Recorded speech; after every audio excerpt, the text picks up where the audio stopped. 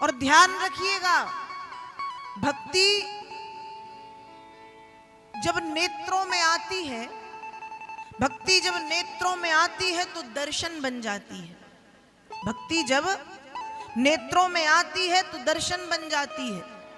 भक्ति जब कानों में आती है तो कथा का श्रवण बन जाती है। भक्ति जब मुख में आती है तो कीर्तन बन जाती है। भक्ति जब हाथों में आती है तो ताली बन जाती है। भक्ति जब पैरों में आती है तो नृत्य बन जाती है। भक्ति जब भोजन में प्रवेश करती है तो वो भोजन भी प्रसाद बन जाता है। वो भोजन भी प्रसाद बन जाता है। भक्ति जब श्वास में प्रवेश करती है तो चिंता नहीं, चिंतन बन जाती है। भक्ति जब श्वास में प्रवेश करती है तो चिंता नहीं, चिंतन बन जाती है। इसलिए भक्ति करना चाहिए, भक्ति करना ना छोड़ें, भक्ति करते रहें, करते रहें, करते रहें। कितने दिन मन नहीं लगेगा, करें। दशरथ जी की भक्ति तो देखिए, राम जी के प्रति प्रेम तो देखिए कि अपने प्राणों को दशरथ जी ने ऐसे त्यागा जैसे तिनके को त्याग दिया जाता है, ऐसे त्यागा।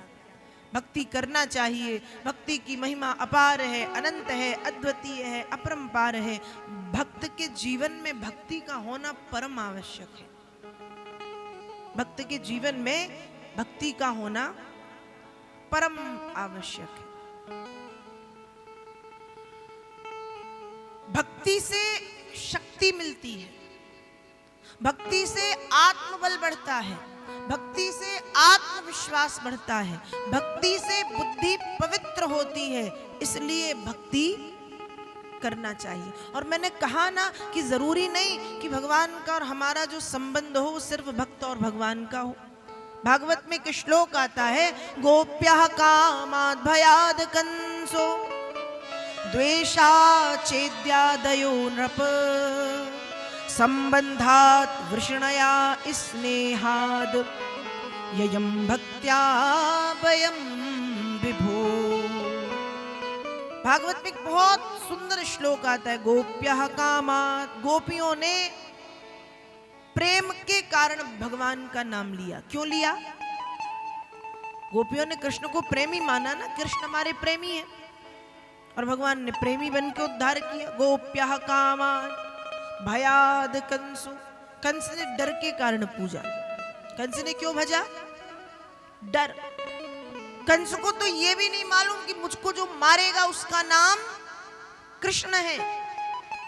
कंस तो यही कह रहा है मुझे मारने वाला हो चुका है, हो चुका है, उसने तो नाम भी नहीं लिया, सिर्फ ये कहता है कि मुझे मारने वाला हो चुका है।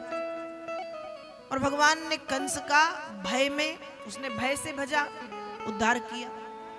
गोप्यः कामाद् भयाद् कंसो द्वेषाच्छेद्यादयो नृप। शिशुपाल, दंतवक्र आदि राजाओं ने द्वेष कैसे नाम लिया? शत्रुता। भगवान को दुश्मन माना और भगवान ने दुश्मन बन के तार दिया।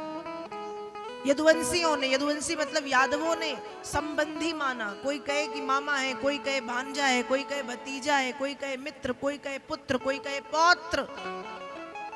तो यादवों ने संबंधी मान के पूजा और भगवान ने संबंधी बन के कल्याण किया। सो ययम भक्त्या वयम विभो। भक्त जिस भाव से भगवान को पूजता है, भगवान उस रूप में आकर के भक्त का कल्याण करते हैं।